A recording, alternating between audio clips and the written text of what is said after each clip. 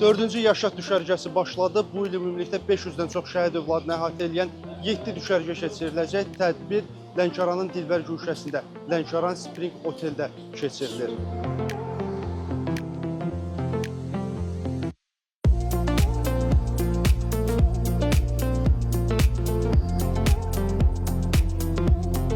Hər bir düşərgə 5 gecə 6 gün davam edəcək. Tədbirin olduqca faydalı, maraqlı, zəngin proqramı var.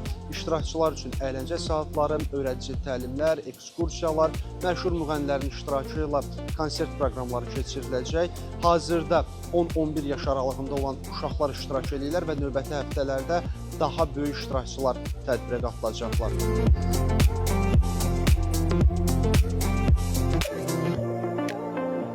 Yay düşərgəsinə məni ilk dəfə çağırmışdılar və burada mən çox şeylər gözləyirəm. Gözləyirəm ki, mənim dostlar da tanış olacaq, deyib güləcəm, əylənəcəm. Planların nədir bu tədbirlə bağlı? Mənim planlarım çoxlu dost tapmaq və dostlarımla oyunlar oynamaq. Buraya gəldiyim ilk gündən çox möhtəşəm olub. Burada qabaqda gələn günlərə düşünə bilmirəm. Məncə çox qəşəngdir. Gözləntilərin nələrdir? Əyləncə mərkəzləri, idman yerləri, əyləncələr, hər birini gözləyirəm, hovuzlar. Hər bir şey inanıram ki, maraqlı olacaq. Gözləntilərim əyləncə mərkəzləri, hovuz, əylənmək qısacası.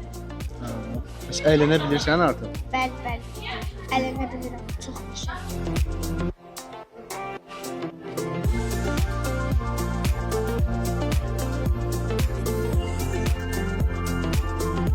Şəhidlər bizim əsl sərvətimizdir. Onların əmanətlərinə sahib çıxmaq hər birimizin borcudur. Elə Yaşat Fondunun da əsas məqsədlərindən biri budur. Fond tərəfindən tədbirlər davam etdiriləcək.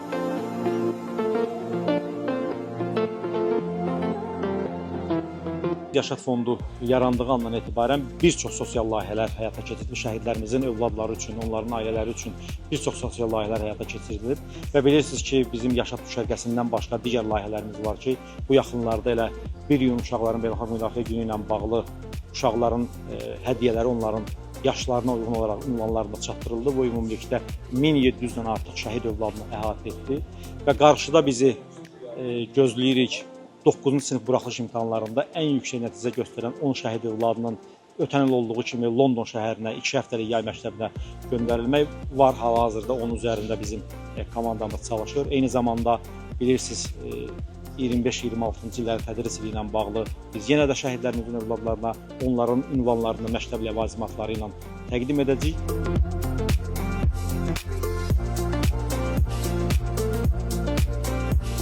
Asan Radio və TV layihənin media tərəfdaşıdır. Biz məlumatları çatdırmağa davam edəcəyik.